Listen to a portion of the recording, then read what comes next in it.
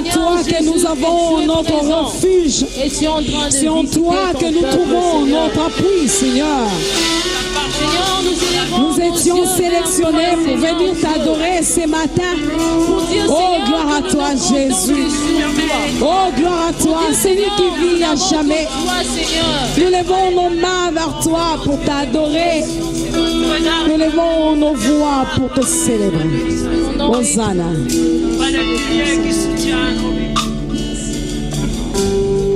Je lève mes yeux vers le montagne, d'où me viendra le secours.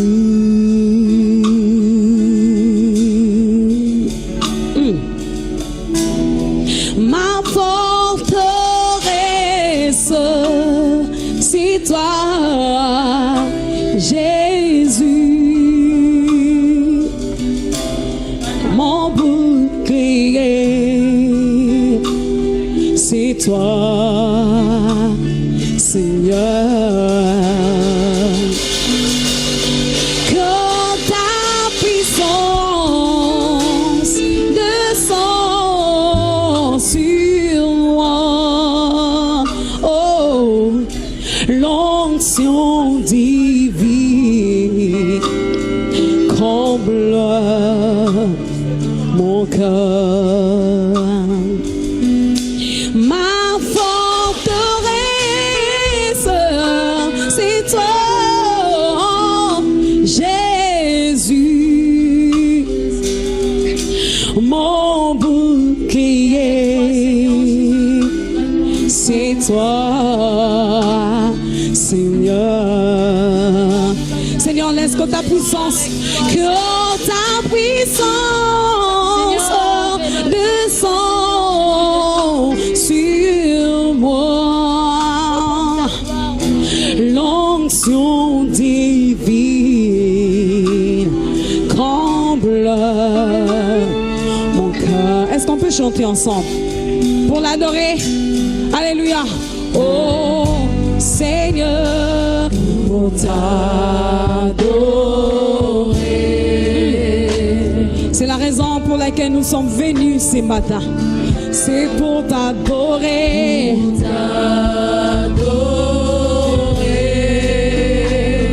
Konduba meleyo posamote mananga.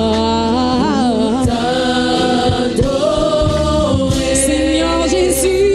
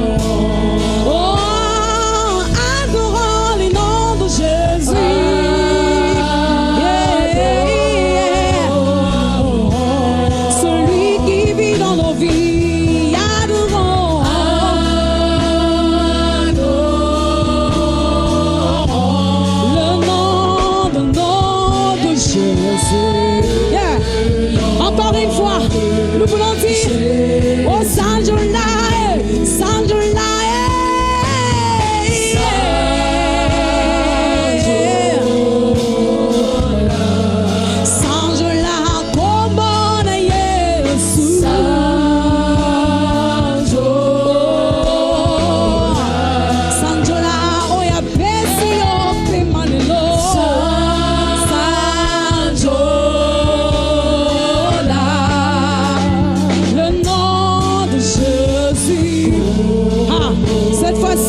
Nous allons chanter ensemble. Oh yeah. Élevons les noms. Yeah. Élève-les de tout ton cœur. Tombola ye na motema na yo mobimba. Tombola ye. Tombola Yesu. Oh.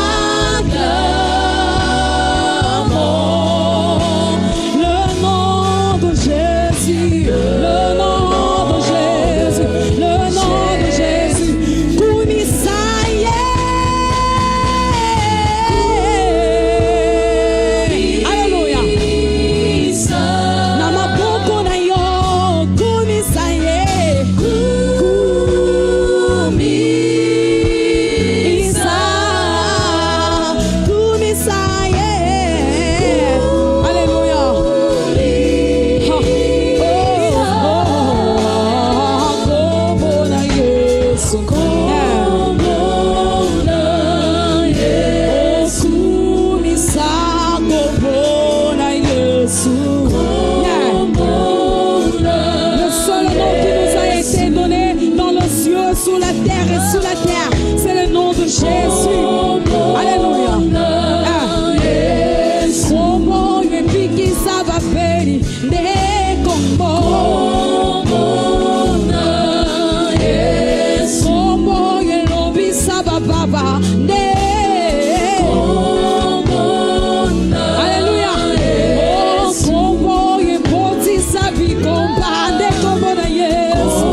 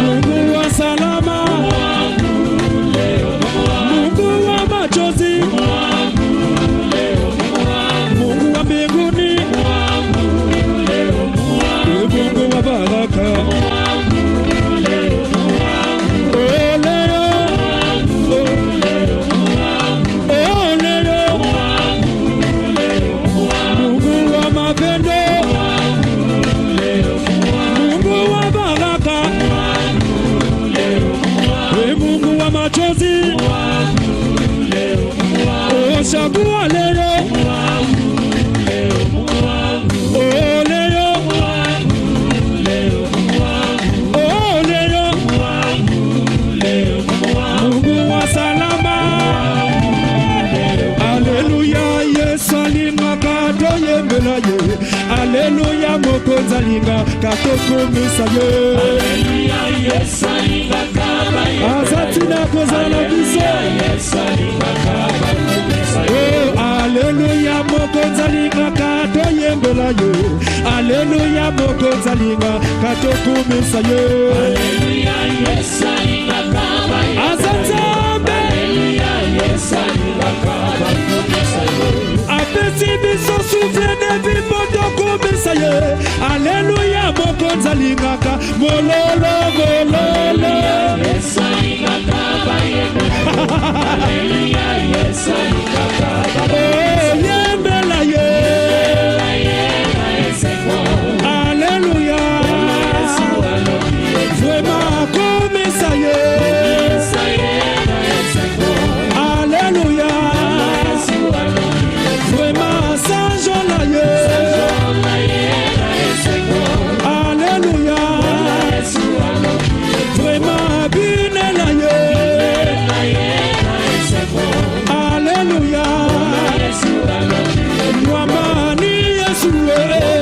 Ni Yesu we. Mwamba ni Yesu we. Ni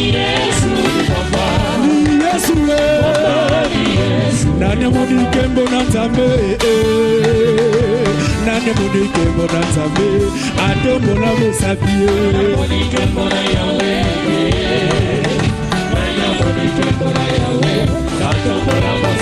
Nani amonike mbona yawe. Nani amonike mbona yawe. Atombola mosabe. Munike mbona yawe. Nani amonike mbona yawe. Atombola mosabe. Evele bakufu tolekile lokote. Yesu apesi pe malabomo. Tomonike mamokotu. Munike mbona yawe. Nani amonike mbona yawe. Atombola mosabe. Na bitumba libota yo bikisinga ye. Na mituni na pesa yo nini. Sika na betela yo ta mololo. Mololo. Nani amonike mbona yawe. Atombola mosabe. Na bitumba seliba yo longisinga ye. Na mituni na pesa yo nini. Sika na betela yo ta mololo. Mololo. Mololo. Nani amonike mbona yawe. Atombola mosabe. Nani amonike mbona yawe. Nani amonike mbona yawe. Atombola mosabi. Munike mbona yawe. Mbona yawe. Atombola mosabe. Ozane moyo wani ozana wani abumoye. Ozane moyo wani. Ozane moyo wani. Ozane moyo wani ozana wani abumoye. Ozane moyo wani. Ozane moyo wani. Eyi bolu dabani loyi jiboja mutinga bukola banage. Ozane moyo wani. Ozane moyo wani. Eliya wakamona na butubi kwanza bibutulu nzabe. Ozane moyo wani. Ozane moyo wani. Eyi nabudi jiboja mutinga bukola banage. Ozane moyo wani. Ozane moyo wani. Ozane nzabe abamoyo. Unamina moyo wani nzabe. Moyo wani. Ozane moyo wani. Unamina moyo wani. Unamina moyo wani nzabe. Ozane moyo wani. Ozane moyo wani. Eyi nabudi jiboja mutinga bukola banage. Ozane moyo wani.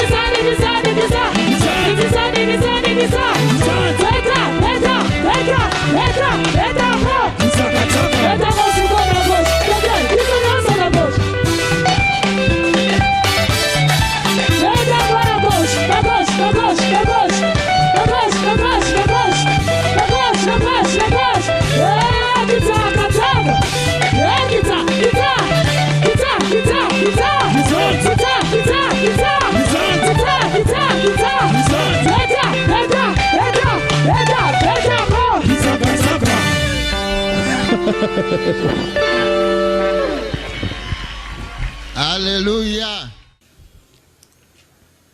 Nous lisons d'abord 3 textes. Le premier texte, lisons Exode chapitre 25, versets 8 et 9. Sinon, nous commençons au verset 1er. Exode chapitre 25, versets 1 à 9. Le deuxième texte, c'est Matthieu chapitre 16, le verset 18. Et nous terminons avec 1 Corinthiens chapitre 3, verset 9. Exode chapitre 25, verset 1 à 9. Je lis les textes, j'ai la version, la Sainte Bible avec les commentaires de Marc Athieu.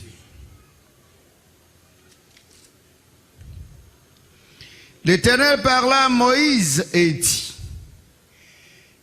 Moïse parle aux enfants d'Israël, qu'ils m'apportent une offrande vous la recevrez pour moi de tout homme qui la fera de bon cœur.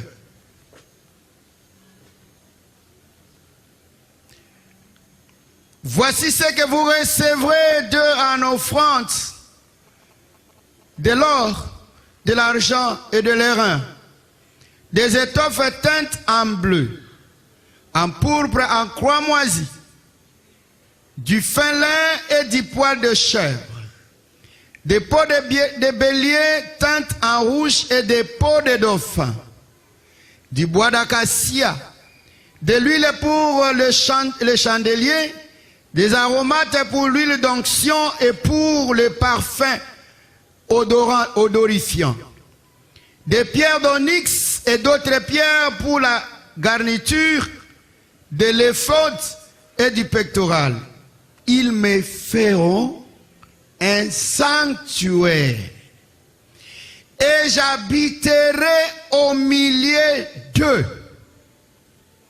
Seulement, vous ferez le tabernacle et tous ses ustensiles d'après les modèles que je vais te montrer. Si vous voulez que j'habite au milieu de vous, vous allez construire un tabernacle, un édifice, un temple, selon les modèles que je vais te montrer.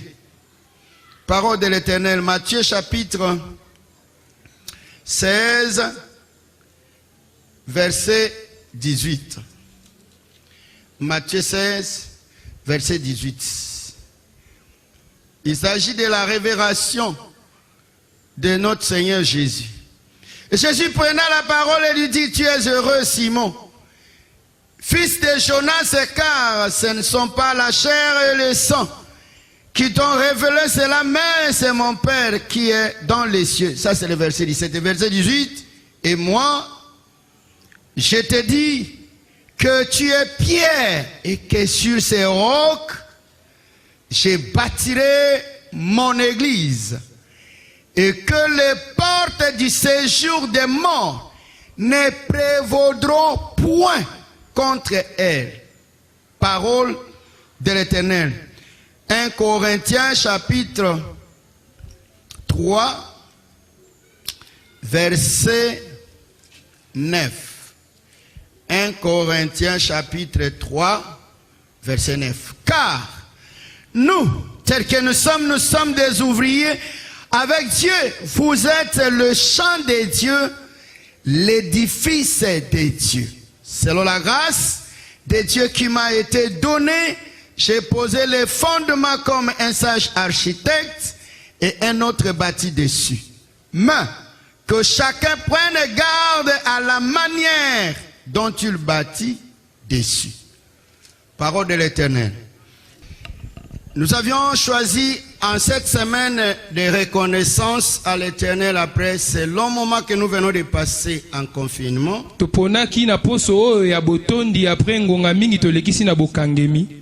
Pendant 5 mois. 5 mois. La République démocratique du Congo ne savait pas comment se rencontrer pour adorer Dieu. Et cela dans les différentes confessions religieuses. Tout était bloqué.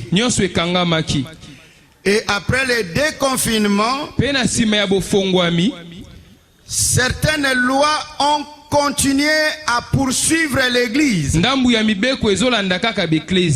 Alors que les bars, les restaurants, les véhicules n'avaient même pas des outils importants pour savoir quelle était la température de ceux qui devraient y entrer ou fréquenter. Depuis le temps immémorial, l'œuvre de Dieu a toujours été combattue de l'intérieur et de l'extérieur. Depuis l'époque de Noé jusqu'à ce jour. Depuis l'époque d'Adam jusqu'à ce jour. Et le Seigneur dira, laissez livrer et les blés croître ensemble. C'est-à-dire l'église ne se reposera jamais. Mais quelle église? Nous voulons ce matin réfléchir un peu. Je ne veux pas faire une prédication parce que la prédication c'est l'art de s'adresser aux païens pour les amener au Seigneur. Mais je voudrais faire un petit enseignement parce que l'enseignement c'est faire croître les enfants de Dieu. Et le sujet que nous voulons partager avec vous, nous l'avions intitulé nous sommes nous l'édifice de Dieu. L'édifice de Dieu. Je parle de l'Ancien Testament. Je suis dans le livre de la Genèse. Genèse chapitre 6. Chapitre 6. Verset 14. Verset 14. Et puis nous allons prendre verset 19 à 22. 19 à 22. Verset 14 dit ceci. Le verset 14. Verset 14 est le Biboé. Fais-toi une arche de bois de coffret. Tonga masua na mabaya ya coffret. Fais-toi sala une arche de bois. Masua ya mabaya. Pas n'importe quel bois. Mabaya nyosote. C'est le bois de coffret. Eza mabaya ya coffret. Qui va flotter. Oyo ekonana. Si vous faites par un bois qui ne flotte pas, l'arche va s'enfoncer. Ne fais pas l'arche selon ta manière. Tu dois te faire une arche. Une arche en bois. Ne fais pas l'arche en airain. Pas l'arche en or. Pas l'arche en coltan. Mais l'arche en bois. C'est-à-dire que tu auras du travail à faire pour donner la forme au bois. C'est ton travail à toi. Moi, je te donne la force. Mais la construction, c'est toi. Ne me dis pas que le bois n'a pas la forme. Je sais que le bois n'a jamais eu une forme. Mais c'est toi qui vas en donner la forme. Et ça ne sera pas un travail d'un jour. Parce que nous sommes à une époque Vous connaissez l'âge, nous n'étions pas encore à l'âge aujourd'hui où il y avait des haches pour en faire. Ce sont des pierres qu'on était en train de frotter pour en donner la forme. D'abord, quand vous donnez la forme à la pierre, parfois vous êtes blessé et vous aurez des mains aussi blessées.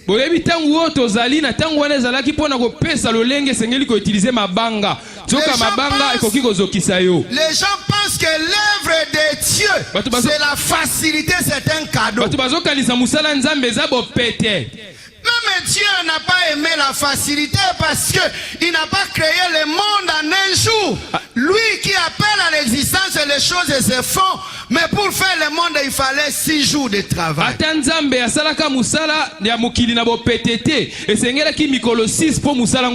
Et c'est au bout de 6 jours qui dit l'œuvre est achevée. Et il va créer la diversité. Il dit fais-toi une arche en bois. C'est-à-dire de l'imperfection.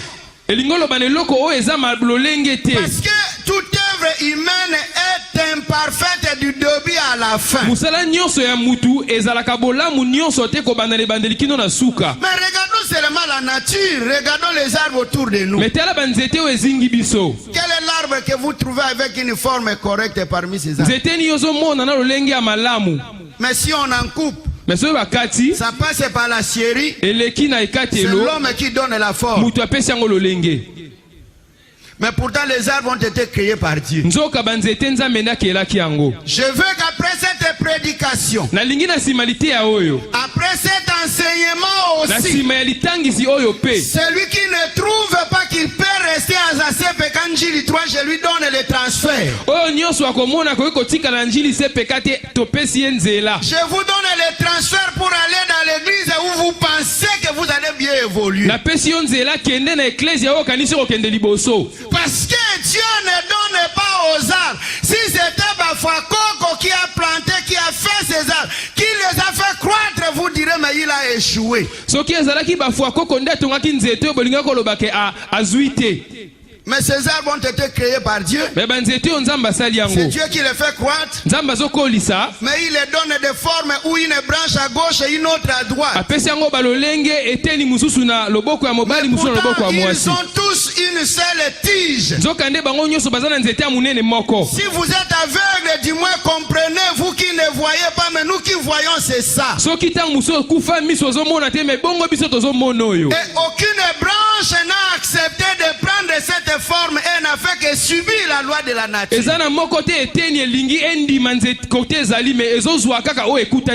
Autrement, toutes les branches diront, nous voulons prendre la position droite et verticale.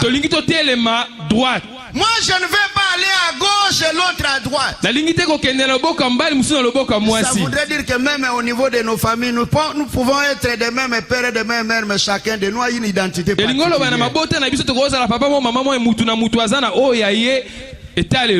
Mais ne me force pas à faire comme toi et agir comme toi. Toi tu es ce que tu es, ce que Dieu a voulu, je suis ce que moi je veux.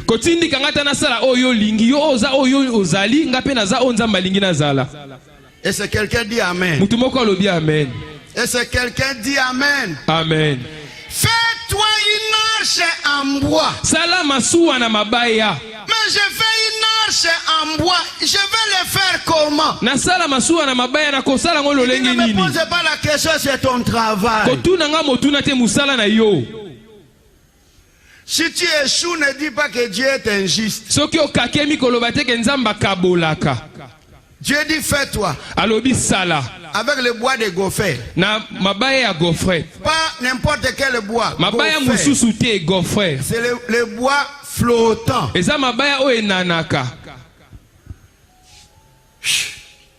Et la Bible dit au verset 19, de tout ce qui vit, de toute chair, tu feras entrer dans l'arche 2 de chaque espèce pour les conserver en vie avec toi. Il y aura un mâle et une femelle, des oiseaux selon l'heure espèce. bandeke na lolenge na Du bango bétail selon son espèce. banyama pe na lolenge na bango Et de tous les reptiles na ba oyo nyonso balekaka na mabele de la terre selon leur espèce. na mabele ndenge ya lolenge na Deux yango de chaque espèce viendront vers toi. Deux de chaque espèce mibale ya ba lolenge viendront vers toi. bakoya epa na yo Même les vipères, ata oyo aswaka même les lions, ata nkosi même l'ours, ata ours même les vers de terre, ata mitiopi même les mille pattes, ata ba oyo même banani les lézards, ata même luseleke les te geckos, ata museleke te atako ils ne seront pas à distance. bakozala musika te Ils viendront vers toi. bakoyaka pene na Et yo toi, tu ne dois pas les fuir comme Moïse a fui les serpents. yo kokima bango te ndenge Mose akimaki Accepte que nyoka même les lions viendront vers toi. bima nkosi ayepa na yo Les serpents viendront vers toi. nyoka koyepa na yo C'est toi le responsable. yo nde mutu bapesi Ne charge les fuis pas. kokima Ne te les tue pas. koboma te Mais kasi toi, tu as la domination yo oza na sur bokonzi toutes les espèces. likolo ya babiloko nyonso C'est-à-dire les serpents ne me tueront pas, même s'ils viennent, ils ne me tueront pas. elingi oloba nyoka kosala nga mabe te akoboma nga te ata ye Je serai ami des lions et des ours. nakozala moninga ya kosi to ya mbwa zamba Parce qu'il y a un homme qui a dit tout pouvoir eza na mutu moko olobaki au ciel et sur la terre bokonzi nyonso na likolo mpe na m'a mabele été donné. epesamelanga Et j'ai le pouvoir de dominer. naza na bokonzi ya Comme kokonza j'ai ce pouvoir de lokola naza na dominer, bokonzi wana moi aussi, ngai mpe je vous en donne ce pouvoir. napesi bino Vous bokonzi yango marcherez sur les serpents. bokotambwa likola nyoka Vous marcherez sur les lions. bokotambwa likola Vous nkosi marcherez sur les scorpions. bokotambwa likola ya Rien ne mabe vous fera du mal. eloko osala bino Parce mabe que te celui qui est en vous po est aza plus kati puissant na que le bino lion aza et le serpent. makasi oyo eleki nkosi mpe nyoka Il est plus puissant que les serpents et les niaous. aza makasi koleka nyau na nyoka Et c'est celui à qui vous aviez cru.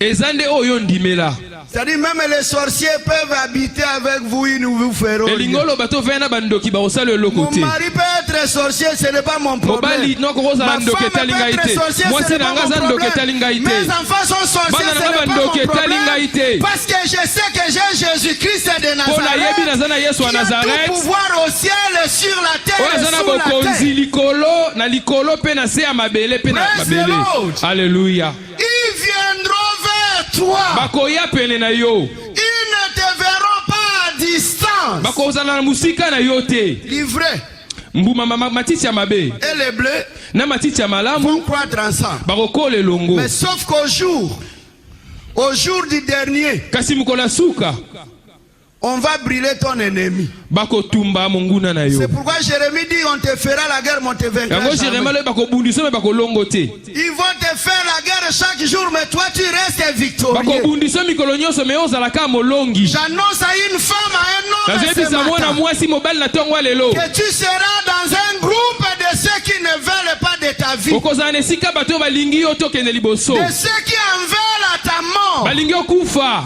Mais sauf, kasi ils n'auront pas ton œil. bakozwa ata lisu na yo Ils te ne tiendront pas l'orteil de ton doigt. bakozwa ata sesonge ya linzaka na yo te ya liboko na yo te Tes ennemis vont rougir à cause de la colère parce que tu es intacable. banguna no bakosilika mpo bakoatake yo te Est-ce que quelqu'un dit Amen ce matin? amen Il dit ils viendront vers toi. aloyi bakoyepa na yo Même les mambas verts, ata nyoka ya vert même l'ours et les lions. ata bambwa zamba to bankosi C'est là où je comprends pourquoi David ne craignait pas les lions, les ours, il les poursuivait. bisika na ososola mpo ani dawidi abandaki kobanga bankosi te abandaki kobanga bambwa zamba te abandaki kolanda bango Parce qu'il a compris que quand je vis, ce n'est plus moi qui vis, c'est Christ qui pamba te vit en moi. ayebaki te nga nazobika eza ngai te me yesu azobika kati na nga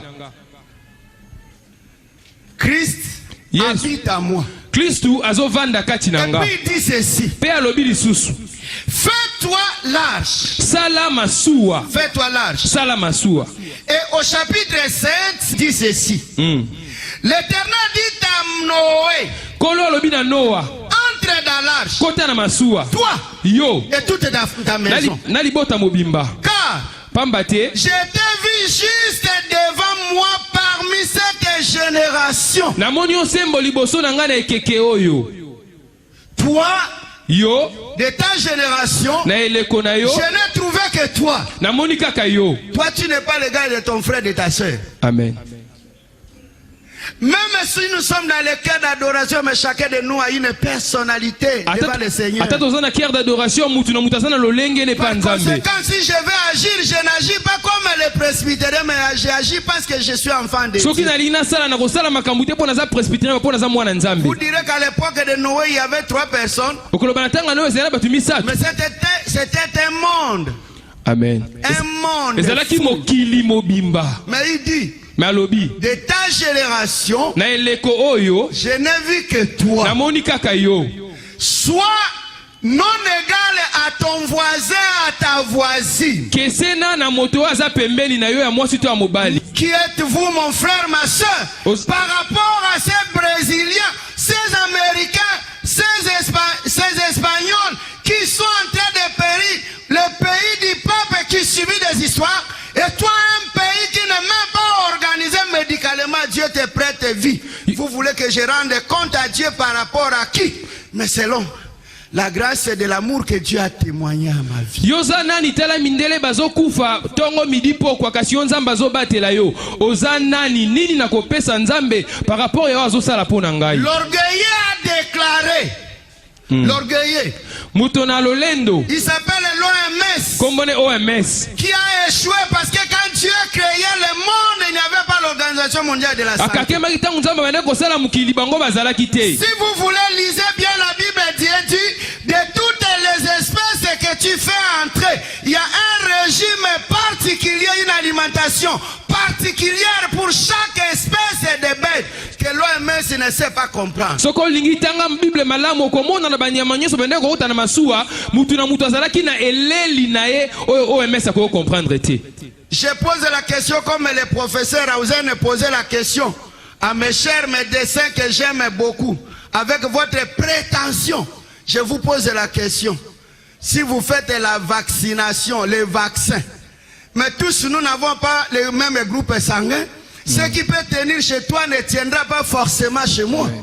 Soki na koko tuna motuna ndenge molakisi atuna ki soki bolingi bosala batonga to ba vaccin est-ce que ngana yo toza makila lolenge moko. Mais ton corps n'est pas mon corps, ton corps n'est pas mon corps, nous n'avons pas un même organisme. Zoto na yo eze ngai te zoto na ye peze ya yete to tambola ka benzoto na biso lolenge moko te. On prend la ligne de conduite de Simon Bossey soki to tambola lokola Simon Bossey qui dit Dieu a dit ceci. ya lo barankola lobi boye. Si vous n'obéissez pas à ma parole, je vous frapperai des ulcères, Soko to singa ite na ko beto na bapota des maladies graves. na maladi ya makasi. Mais si vous obéissez à ma parole, Soki botosi maloba nanga même s'il y a l'épidémie qui passe, atesa na maladi ezoleka. ça ne t'atteindra pas ni de jour ni de nuit. Ekozwa ote tina butu ata na moi. Parce que je suis l'Éternel et votre Dieu. Ponga na za kolo yawe na bino. Et si nous vivons aujourd'hui, Soki tozo pema si lelo c'était pour la condition de cache-nez, soki ezalaki mpona aux kashi ne États-Unis d'Amérique, il n'y a plus de morts. me na mikila mindele bakufa En te France, on n'aura plus de me na morts. France bakufa Parce te qu'ils sont en train de réglementer les cache-nez, pamba les te bango températures. bazobomba zolo Mais mpe chaque jour, bazotala il y a chaleur que des milliers de personnes qui meurent. me mikolo nyonso bato bazokufa bankoto na bankoto Mais la grâce de Dieu me ngolu na nzambe nous fait vivre. ezosala biso tobika.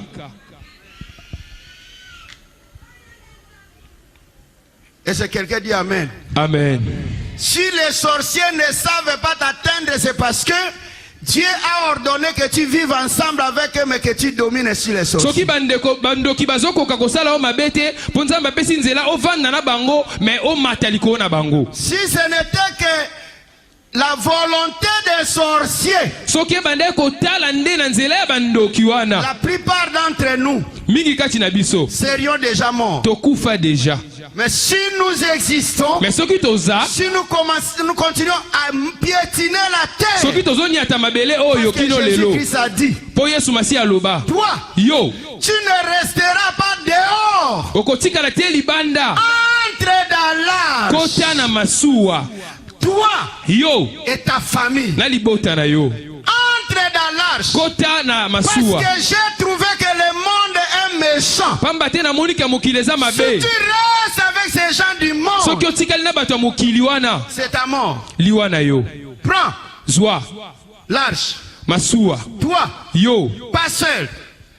Pas seul. Mon côté. Yo mon côté. Avec ta maison. Na famille na yo. C'est-à-dire, comme je l'ai dit, je ne sais pas si le dimanche passé, on ne gagne jamais la vie seul. On ne se sauve pas seul. Il faut toujours impacter ta génération ou ton entourage. Et c'est quand l'entourage verra la main de l'Éternel que tu seras dans la plus grande joie. Tu es dit, toi et ta maison, entrez dans l'arche. Il y a le verbe entrer, l'écheler. L'échelon ne signifie pas que j'entre. Ça signifie que tout ce qui est à moi, je m'engage avec tous les miens, avec tout ce que je possède, à me déplacer vers un lieu sécurisant. On n'entre pas dans un endroit où on n'a pas la sécurité.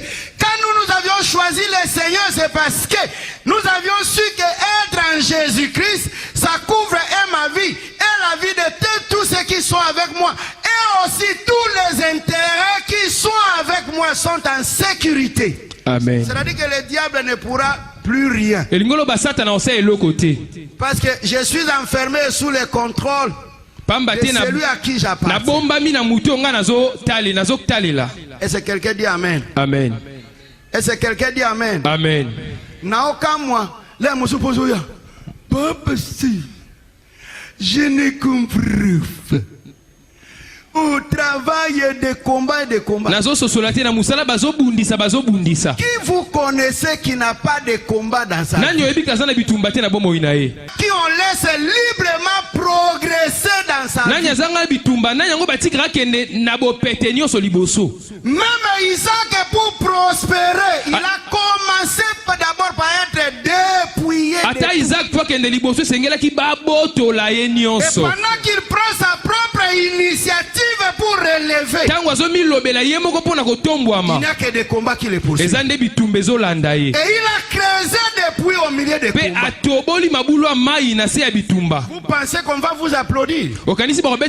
Qui vous applaudira? Si vous n'avez pas encore un fiancé, une fiancée, vous êtes en paix.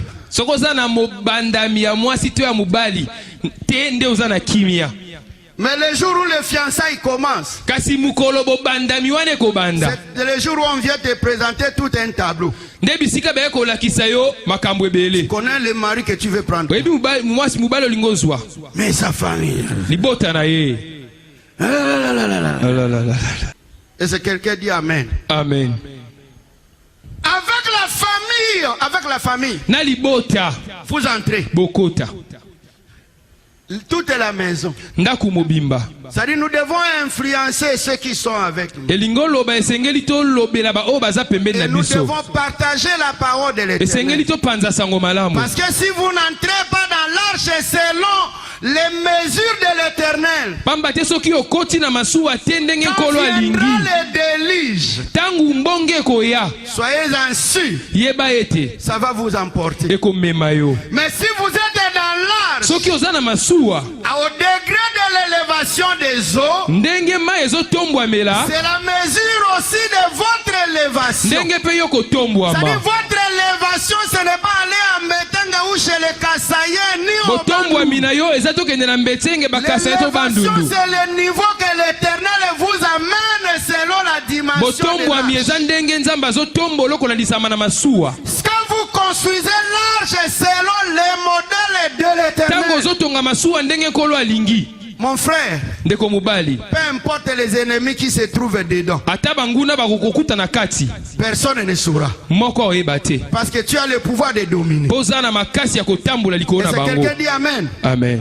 C'est pourquoi dans la confusion actuelle, Jésus pose la question aux siens.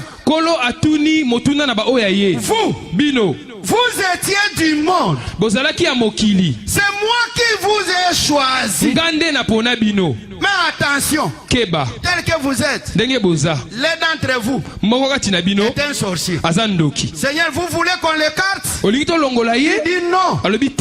Laissez-les. Botika ye. Mais vous les reconnaîtrez Mais boko yeba ye. par ses fruits. Na bambuma na Il ye. est au milieu de vous. Azana kati na Il bino. ne vous fera rien. Makosa la bino lokote. Moi, tout ce que je vous demande, Nyoso ngana kosenga na pour la bino. garantie, pour la garantie, Pona kozala nango. je ne suis pas ce que les gens disent que je suis Jean-Baptiste. Nazati wa tolobaka naza Moi, Yohani je ne Mobatisi. suis pas Jean-Baptiste. Naza Yohani Mobatisi Je ne te. suis pas Jérémie. Naza Jérémie Je ne te. suis pas un prophète. Naza Parce mosakoli que te. tous les prophètes qui sont venus avant moi, Bino basakoli boyaki koya personne ne avanga. vous a rassuré. Moko te apesa bino C'est l'histoire bitango malamu. de la femme qui avait 12 ans de maladie. Eza ndenge na mwasi oyo abandaki na maladi pendant 12 ans. Elle dit, maman Fifi, Alobi mama Fifi. je suis passé par les divers médecins. Naleki na baminganga Ils m'ont ebele. escroqué l'argent. Balienga mbongo. Personne ne m'a donné la guérison. Mutu te Je abikisinga. pose à la Bible la question. Natuni maintenant Qui mutuna. sont ces médecins?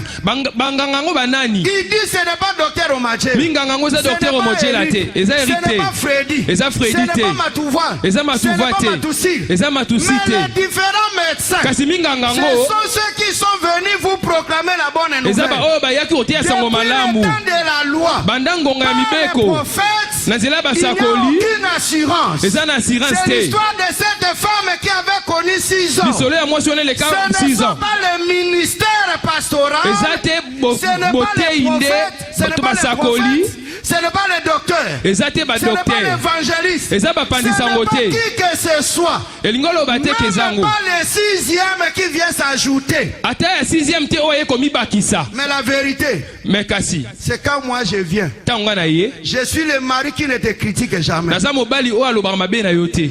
Mais le terrain était un terrain de désespoir. Mais esika oyo ezalaki esika ya kozanga elikya. Personne ne s'imaginait que quelque chose peut sortir. Moto moko takanisaki eloko ekoki kobima Mais awa. parce que la CPK n'est pas le domaine des presbytériens, c'est la concession de epamba te Jésus-Christ de CPK eza ya Nazareth. bapresbytérien te mais eza ya Yesu Masiya. Il peut prendre les choses sans valeur et leur donner la akozwa dimension. biloko ezanga ntina mpe apesi yango Et il ntina. va le faire pour ta vie. akosala yango mpo na bomoi na yo. Les gens qui ne te comprennent pas te verront dans l'arche. bato baososola te oyo basosola te bakomona na kati ya masuwa. S'il y a un esprit de mort dans ta famille, toi tu es le rescapé. eza na milimu ya kufa yo oza motu Je okobima. dis que tu ne mourras pas de maladie dans ta famille. okokufa na bokono te oyo famille na yo La ekufaka. pauvreté de ta famille ne sera pas ta bobolo pauvreté. ya famille na yo ya yo te. Si jamais personne n'a relevé sa tête, toi tu vas relever soki la moto tête. atombolaka motu te yo kotombola motu. Je dis que toi, la pauvreté ne te surprendra jamais. nalobi bobola ekoya pembeni na yo te. Je dis que tout ce qu'on aménage comme complot, tu échapperas. nalobi nyonso bazosala lokola makita Parce qu'il kokima ngo. n'y a pas une pirogue, mais il y a un plus que la pirogue qui eza s'appelle na Jésus-Christ. bwatu te mais eza oyo aleki bwatu komona Yesu. Il dit ça, moi, vous ne pouvez rien. alobi soki ngai naza te bokosala eloko C'est-à-dire, si te. vous êtes avec moi, soki boza na nga les combats peuvent venir. bitumba ekoya Ça ne vous atteindra me pas. kozwa bino te. Donc, en conclusion, na bosukisi écoute, yoka il dit entre. alobi kota Parce que tu sortiras le jour où je te demanderai de mpo sortir. kobima mokolo na koyebi so bima. Lorsque tu lis l'histoire de l'église Rédi, soki otangi eloko oyo tu redi vas trouver ceci. otangi okoyoka boye. Jésus laisse une église de 120 personnes. yesu atiki eklesi ya 120 Ça, c'est personnes. Actes des apôtres, je crois, chapitre 1er, verset 15. misala moko Il y avait 15. environ 120 personnes. ezalaki kolanda 120 personnes. Et lorsqu'il les laisse, ntango atiki il donne une recommandation spéciale. apesi ndingisa. Parce qu'au temps de Kahal, les rassemblements anciens, pamba te na ntango akara il dit, rassemblement vous ancien ferez les tabernacles selon le modèle que je te alobi donnerai. bokosala yango ndenge na kopesa Si bino. tu veux que j'habite, olingi na vanda je ne serai pas loin de toi. nakozala mosika na yo Mais te. la seule condition, condition moko c'est faire selon le modèle. eza osala na ndenge. Et il dit aux apôtres, ayebisi bantoma acte 1, verset 8, acte 1:8 il dit ceci. alobi boye Ne vous éloignez pas de Jérusalem. bokima Yerusalemi te Restez ensemble bozala elongo dans un botikala nesika jusqu'à ce que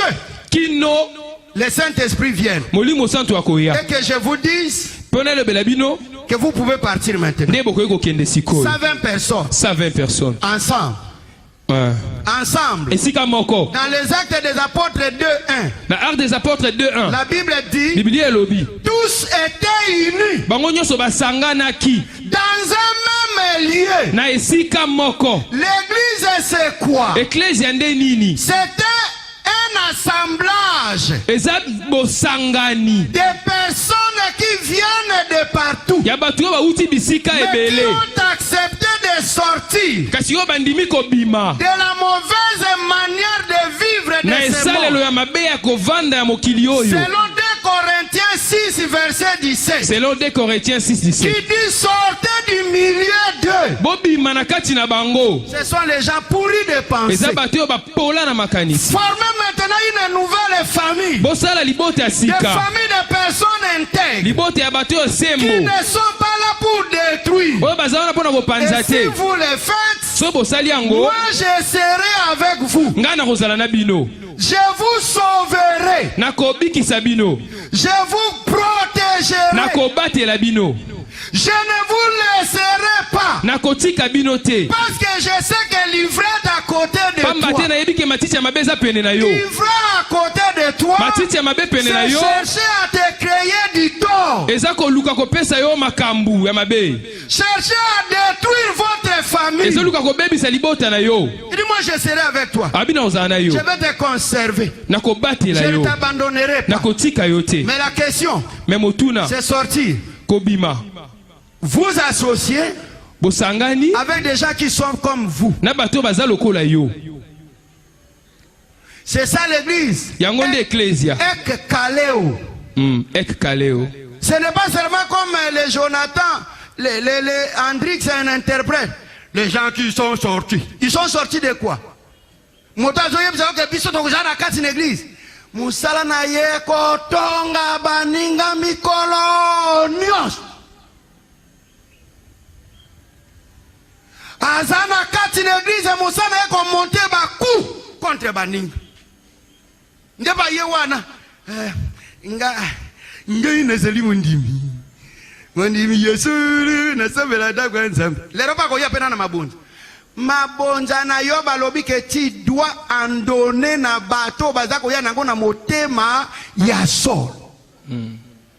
Et je pensais que les offrandes étaient ce que nous apportons. J'ai compris que Romains chapitre 12, à partir du verset 6, il dit, chacun de nous a reçu une offrande, une grâce particulière de la part de Dieu, et il doit en apporter pour le perfectionnement de l'église. nakanisaki mabonzi eza oyo tomemaka nzoka biblia elobi mutu na mutu azwi ngolu esengeli amema po ete eklesia ekende liboso. Il dit à Éphésiens, alobeli efesi Dieu a donné aux saints nzambe apesi bamisusu d'être apôtres, bazala bantoma prophètes, basakoli évangélistes, bapanzi sango docteurs, minganga et puis pasteurs, babateli mpate pour le perfectionnement des saints. mpona basantu bakende liboso. Parce que dans un édifice, na kati ya lingomba ça se construit avec un assemblage d'objets utiles. etongamaka na biloko oyo eza na esalelo ya malamu. C'est pourquoi il dit, quand tu vas faire l'arche, yango lobi ntango kosala il faut masuwa des sellides. esengeli eloko efongolaka Oh, porte. biso lelo tokoma na kimfumu kya ndwani na. Kifumu kya ndwani na. Bokonzi ya kowela. Alungwa wana. Alakisa nini? Moto azolo ba alakisa nini wana? Boyemba kana ye chorale. Bozana ye conseil de diacre. Bozana ye consistoire. Masi atanda makolo na ye po yo oleka pembeni te. Ngana leka pembeni te pona ni yo zana o ya ngolu nzamba apesa ngana zana ngolu nanga. Biso no so to continue église, to wela ne lokoni. Papa tuna ye to wela na yo ni tuna ye. To wela na nini? Tuna ye ko kimbwana. Tuna moto aza pembeni na yo to wela na nini tuna. Oh, zomona toko atako lobate mo ebike motema mabe. Ntimambi. Timambi. Loba amen ya biengana yoka. Loba amen ya biengana yoka. Amen. C'est alors que j'ai compris que il dit ceci en finale. Ndena sosoli etalobi bo epo sukisa. Pierre, Petelo. pas toi. Yote. Pas la chair. Nzoto te. Mais c'est mon père qui t'a dit ces choses. Eza tata na nganda lobeli o makambo. Et il clôture pour dire. Pe akati pona koloba. Simon Pierre. Simoni Petelo. Sur ces rocs. Likolo ya libanga oyo ya munene. Il ne dit pas que sur ces cailloux. Alobite likolo ya libanga mukie. Mais sur ces rocs. Likolo ya libanga munene. Apocalypse parle du caillou et des rocs. Apocalypse zolobela libanga mukie na ya munene. Il ne va pas construire sur les cailloux. Akotonga te likolo ya libanga mukie. Mais sur les rocs. Likolo ya libanga munene. On ne sait pas renverser. Oto ebi ko balola te. Et il dit sur ces rocs. Likolo ya libanga munene. Je bâtirai. Na kotonga. Mon église. Ecclesia na ngai. Il ne bâtira pas votre église. Akotonga te ecclesia na bino. C'est mon église. Ecclesia na ngai. L'église qui doit se bâtir sur le modèle que Jésus-Christ donne. Ecclesia we sengeli etongama na lolenge oyo Yesu apesi. MKL ne fonde pas le fondement. MKL vandisaka te moboku. Le fondement de cette église c'est Jésus-Christ de Moboku ya Nazareth. ecclesia oyo eza Yesu Masiya ya Nazareth. Il dit je crois dans le livre d'Éphésiens. Alobi na Ephésiens. Chapitre, je crois, 2, 20 à 21. Il dit, vous êtes fondés, vous êtes vous édifiés. Alobi bo salami, alobi bo bongisami. Sur le fondement des apôtres Na et des prophètes. moboku ya bantoma pe ya ba sakoli. Donc moi-même, Jésus-Christ, et je suis la pierre Oyo angulaire. ngamoko Yesu Masiya nazali libanga na talo. Et lorsque vous serez... Laissez-moi lire parce que c'est ça la fin. Moi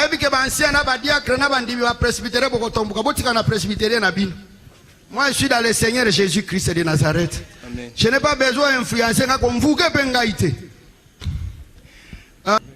Dans 2 Corinthiens chapitre 6 verset 17. 2 Corinthiens 6 verset 17. C'est pourquoi sortez du milieu d'eux et séparez-vous, dit le Seigneur, ne touchez pas ce qui est impur et je vous accueillerai. Amen. Et ça nous pouvons applaudir pour le roi des rois. Amen. Il dit, je voudrais bâtir mon église sur les rocs. L'église est selon les modèles que je donne. L'église est selon le plan que je donne. L'église est selon la manière dont je vois les choses. Il s'adresse à 120 personnes. À cette époque-là, il n'y avait pas encore le Nouveau Testament. Les Actes des Apôtres, chapitre 2, verset 41. Dit qu'à la prédication du Pierre, 3000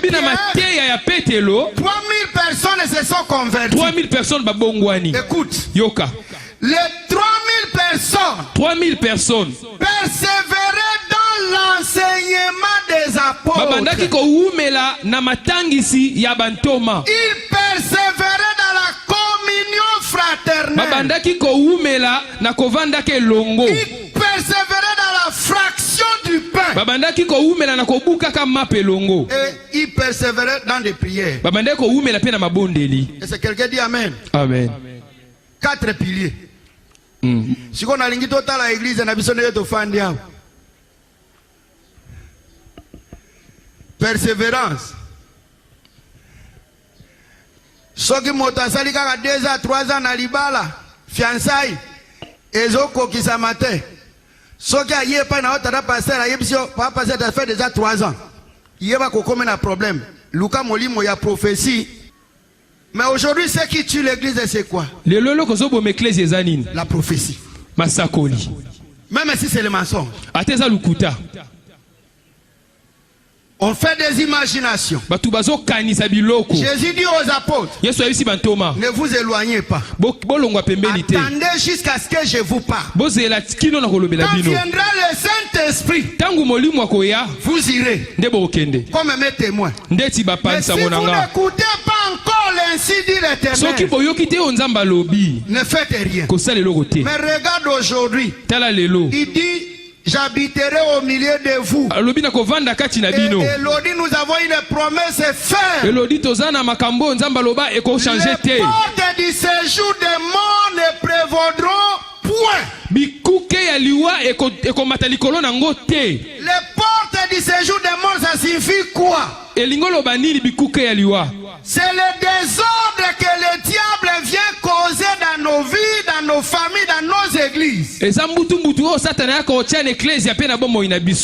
les œuvres des ténèbres du diable qui sont de manière à déranger le mariage et le vie des gens. Parce que aussi longtemps que vous vivez avec l'ivraie, il n'acceptera jamais que vous soyez en paix. Et parce que Jésus sait que vous êtes avec lui, et que moi je suis avec toi, même si tu es en sommeil, même si tu vas en voyage, une chose, le diable ne fera rien contre toi. Maman zalana kimia tika kobanga bandokyo bazo déranger yo kaka bino na ba ventile na bino ba pasteur awa na Kinshasa oyo nyawe komi ndok muselekete ndok nyoka ndok eloko nyoso prophétie bato moye baza na confiance na Yesu ezate. Oh, Jésus a clôturé en disant les portes, pas la porte, les portes du séjour des morts. C'est-à-dire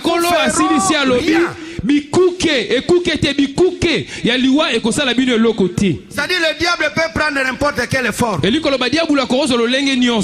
te fera rien. Est-ce que quelqu'un dit Amen? Amen. Est-ce que quelqu'un dit Amen? Amen. Yebisa voisin bobole kolonga ngaite lubana ibu. Bobole kolonga ngaite. Siko ngana utala nani? Bobole kolonga ngaite. Yebisa yeke kindoki ba okoka ngaite lubana kindoki. Kindoki ba okoka ngaite. Ata église momba bobongwa ne bandoki bo okoka ngaite. Yebisa yeke bokomba seliba ekolonga ngaite lubana ibongo lubana i. Bokomba seliba ekolonga ngaite. Yebisa yeke ngana kobala. Lobana yeke na kobota. Yebisa yeke voyage eza yanga. Parce que Jésus a dit que vous serez mes témoins à Jérusalem, en Judée, à Samarie, jusqu'aux extrémités de la terre. Ils ont une malédiction, moi on a voyagé, et ça t'est. Attends, mon gars célibataire, le lobby na kobala kaka kobala. Attends, le lo na zobota te, lobby na kobota kaka. Attends, zokanta makambo esi sila, ndoki moko akolonga nga azate. Nazo yebisa yo moto yo forprete ya lokuta wana kosa kiyo. Oh ma soeur. En tout cas, roko shikara baba yambara baba. Beta yemwa yoko geri moko wana. Okomona katanga zo baluka wana keko kwe na lokuta na ye. Aza escroc. Aluka escroquer yo. C'est pourquoi na ope sabino. Ndenga tozoke na ti fait de l'année. Kolata kamalamu te soko zo kenda epa ya ba prophète. La taka lokola motalibumu koyoka kobengana ya lo mitsoso. Kenda. Soki amoni yo papa, olati bien. Okoyamba liboke ya ba prophétie. Ose na amona mama na yo asi asimba libuma zo tourner matrice na yobo. Matrice nino bazo tourner. Ce n'est pas encore le temps de Dieu. Quand ça vient, le Seigneur sera avec moi. Il m'a dit, je vais entrer. Non seul. Ma famille avec moi va entrer. Je m'adresse à un Moïse. Je m'adresse à une Moïse. Je m'adresse à un Moïse. À une Moïse ce matin. C'est tout ce que le diable a dit pour toi, c'est nul et sans effet. Si toi tu es faible, Dieu mettra à côté de toi une femme, un homme fort à côté de toi. Toutes les barrières qu'on a érigées, tu vas les franchir s'affranchir au nom de Jésus-Christ de Nazareth. Laisse que Jésus-Christ essuie les larmes de tes yeux. Même si le monde ne te considère pas, mais toi tu as du prix aux yeux de l'Éternel. Il dit que Noé, tu es minimisé. Parce que la Bible dit dans 6 de Genèse, chiffre verset 4. Juge, verset 4. Genèse 6, verset 4. Et Bandelo 6, 4. Noé n'était pas considéré dans sa société. Wawa nangai soko moni bazotiola yona basemeki madame batu bazotiola yo kokenda kosengela moto bolimbisite. Kofuka melape motote. Aolexia tango na ye. Les jours de ton élévation bakotela miso. Amen. Na ye bona ye bisa moto moko ke porte si efungwa likolo na yo. Amen. Lokolo pesa confiance pas ya Jésus-Christ de Nazareth a ko changer vie na yo. Amen. Na ye bisio madame ata yaka lobi kozana valete ye bisa ye lobi ya nangai balate. Sopa mai. Biloko moko ezo ya kotonda. Ese moto moko azao. Amen. Ese zana moto moko ayaki loboko na litama awa. Amen. Oyo nzamba ye ko consoler yo na tongo na lelo. Amen. Mama atika kolela nzamba yebi yo. Amen. Noé azalaki kotiola mayeba kateke nzamba yeba kaye. Que Dieu bénisse sa parole. Nzamba pambwa liloba na ye. Que Dieu bénisse sa parole. Nzambe apambwa liloba na ye. Dis au voisin à la voisine. Yebisande ko mwasi na mubala za pene na yo. Que moi, je construirai une arche pour ma vie. Dis-lui quelles que soient les difficultés que je connais, mais ça finira. Non, dis-lui que tu le veuilles ou pas, lingate et koko kisam. Amen. Bongo moto alobaki kengana tonga boîte ezade bato abandundu. Eza baluba. Président moto alobaki na yo tonga. Représentant légal. Gouvernement. Mais qui t'a demandé de construire? Nani atindaki yo tonga? Ayebaki koza na boîte ote. O tonga. Wana mérite ego salama. Kotala ba difficulté oza ngote, les impossibles seront changés en des possibles. Makambo esimbaka te ekobongwa manama o esimbaka. Ekoya. Mama, papa ekoya. Mokili po bazotiola lelo bakotombola yo. Amen. Nano monite pa win. Engwilu lobi bakoloba kiasi asimbi eloko. Amen. Po mokili bandimaka te ke mutako obonga. Yo okufa bongo te. Eze moto moko azawa. Amen. Soki otelemi ekozala bien.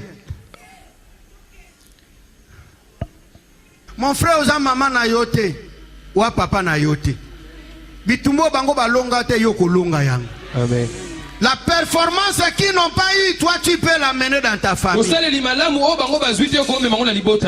quelqu'un dit amen, il y a bien. Amen. C'est pourquoi subir l'influence de moto azate. Chacun doit travailler selon la grâce que l'Éternel a donnée. Tinda bilo. Yoga chiko harmonie ndege zobong. Oyebi mauvais choix yoko sala. Na assemblage na bato kokoma moninga ya moto yoko travailler na moto azako ronger yo. Okendaka liboso te. Papa nzamba pesa moto na ngolu na ye, mais dans l'acte d'assemblage, il faut choisir avec qui il faut collaborer. On ne collabore pas avec n'importe qui. Qui est en train de mettre sur toi des pots de bananes, qui mettent des bâtons de roue sur ton chemin. La Bible dit sortez. Mais assemble-toi avec 120 personnes sous l'écoute du Saint-Esprit, en suivant ce que le Saint-Esprit dit. Les résultats, vous quitterez 120 personnes, vous serez à 3000 personnes. De 3000. Dans 3000. Vous serez à 5000. Bon, mata 5000. Parce que Pambate. vous êtes le modèle de Jésus-Christ. Oza et salelo na kolo Yesu Masia. Lo lenge na Yesu Masia. Pendant que les protocoles apprêtent Wana ba protocole bazo bongisa. nos banques Ma banque na biso. de dépôt de grâce, O toko tika ngolu. je voudrais rappeler une chose. Telingena so solisa biso eloko moko. La Bible dit ancien Molona, Biblia lobi ancien molona. tu vas entrer, Okokota. toi et toute ta maison. Yo nanda kuno mobimba. Or, ce jour-là, Nzoka mukolo wana. Gédéon voulait entrer avec sa maison. alinga kota nanda kunaye. Dieu lui dit, Yesu ayebisi. attention, Keba. pas toute la maison de ton père. Nyonso kota nanda kuno mobimba te. Parce qu'il y a quelque chose dans la maison de ton père nanda kwa papa na yo. qui bloque. Ozo kanga. Si tu ne détruis pas les poteaux de la maison de ton père, Soki o baby cité likunzi yanda ku ya papa na yo. ta famille Libota na yo. restera dans la misère. Ekotika na passe. Ce qu'il y a dans la maison de mon père, Na kati yanda ku il y ya a papa dans ma na nga. famille, Ya famille na dans nga. mon église, L'église ya dans nanga. notre pays, Na kati ya mboka na biso. toujours Kaka. des ivraies Na ba matiti ya mabe. qui sont en train de tourmenter la vie. O ezo baby sabo moi. Et Jésus de dire, Pe Yesu alobi. les portes Bikuke. de vos familles, Ya babota na bino. de vos églises, Ya biyamba na bino. de votre pays, Ya etando na bino. qui bloquent, O ezo kanga. qui dérangent, O ezo bebisa. qui ne veut pas que O elingi te. le mariage se fasse, Libale ya. qui interdisent la O production, ezo pekisa boboti. l'avancement, Kokende liboso. n'ont pas de pouvoir sur toi. Ezali na nguya te likolo na yo. Et toi, tu dois les détruire. Yo esengeli obebisa yango. Pendant que le cœur d'adoration entonne, Wana bayembi nous bazoyemba. allons prendre autorité Tozozwa bokonzi biso. sur les portes, Likolo ya les bikuke. différentes portes, Bikuke nyonso. les différentes portes. Bikuke nyonso. Je ne sais pas les énumérer, Nayebi te koloba yango nyonso. qui veulent dominer sur vous. O elingi mata likolo na yo. Alors que vous avez la domination. Soka yo oza na bokonzi. Mutima moninga ndenge nafandi awo. Je jure. Moto moko te ozala na kati na njili awo. Outa libanda na njili. Odosi. Aye a dominer nga mwanfu a dominer l'église oyo. Ezala na kati ezala na libanda. Loba mokolo wana na zwi banereli. Alobi ata mbonge koya eningiti. Mais suka omona ka to telemi. Parce alobi les portes, Bikuke. les œuvres Misala. ya molili osata kosala Amen. aokoka biso te. Amen. Awa lere tozobondela nokanga munoko okanga munoko te soko za mwana na ngai mwafa ya njili twa yo satana kolonga yo te. Amen. Nazoloba yango satana kolonga yo te parce que apesi ngai clé alobi soki okangi nga nakangi. Et j'ouvre maintenant les bénédictions likolo ya bana na ngai Na nyonso na pomoli tongo siko na mapamboli. ata balongolela yo bilamba lelo nazo déclarer au nom de Jésus-Christ de Nazareth malédiction na yo ekosimba te ata bandoki bakoteli yo ekosimba te baporte na yo nyonso ya satana ezokangama au nom de Jésus. nayebi te walobaka yo kobala te okobota te nayebi te. Mais moi je suis convaincu Ngana ndimi sami. que cette parole est venue pour toi ce matin. Maloba o ye pono na tongo lelo. Tu as perdu tout espoir. Obungisa ke eliki nyonso. Et c'est comme ça que les gens s'imaginent pour toi. Debo batu akomo kanisa pona yo. Et toi-même, quand tu te regardes, Yo mo tango zomitala. tu penses que le Seigneur t'a abandonné. Ozo kanisa nkolo abwaki yo. Non, le Seigneur te compte parmi les femmes et les hommes sérieux. Te kolo ayebi yo na kati ya basi pe na bana mibale ba otambwa ndenza balingi. C'est lui qui a déclaré Yende alobaki. les bêtes féroces, Banyama yakanda. les oiseaux de proie Bandeke yo baliaka misuni. toute espèce de reptiles, ils viendront vers toi. Parce qu'ils représentent les différentes forces et puissances du diable qui viendront t'attaquer, détruire ta vie. Sur ta parole, tous seront détruits et vont reculer. Ils seront submergés par les eaux. Tu vas dominer toutes les forces du diable.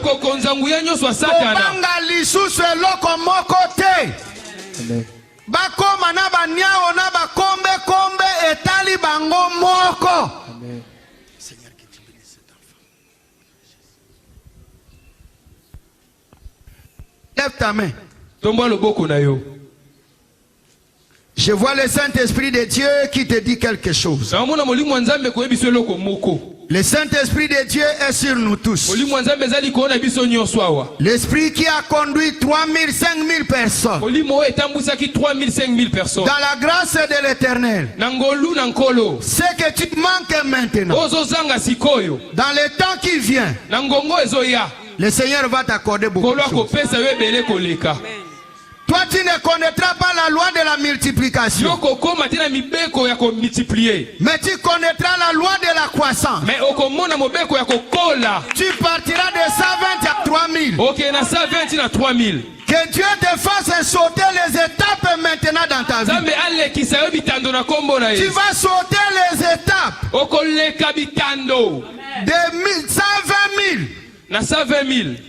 De 120 personnes, tu iras à 3000. De 3000 à 5000. De 5000, tu seras comme les sables de la terre. Tu seras comme les étoiles du ciel. Et ceux qui pensent compter le nombre ne sauront plus te compter. Ils penseront que tu as touché à un fétiche.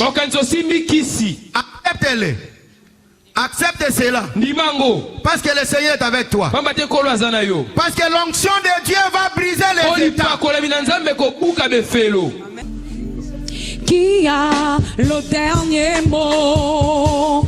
Jéhovah a le dernier mot. Oh, qui a le dernier mot? Jéhovah a le dernier mot. Dans ta famille, qui a le dernier mot? Jéhovah a le dernier mot. Qui a le dernier mot? Jéhovah a le dernier mot. Jéhovah change les circonstances. Jéhovah change les circonstances. Il ouvre le chemin dans la mer. Comment? Jéhovah a le dernier mot. Encore une fois. Jéhovah change les circonstances. Jéhovah change les circonstances. Il ouvre le chemin dans la mer. Comment? Jéhovah a le dernier mot.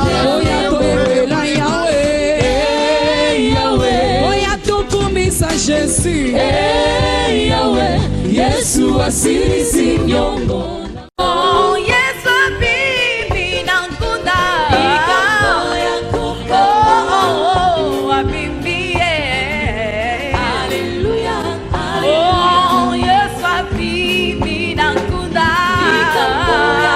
Tu as raison de chanter, tu as raison d'acclamer, tu as raison de pousser un cri de joie. Oh,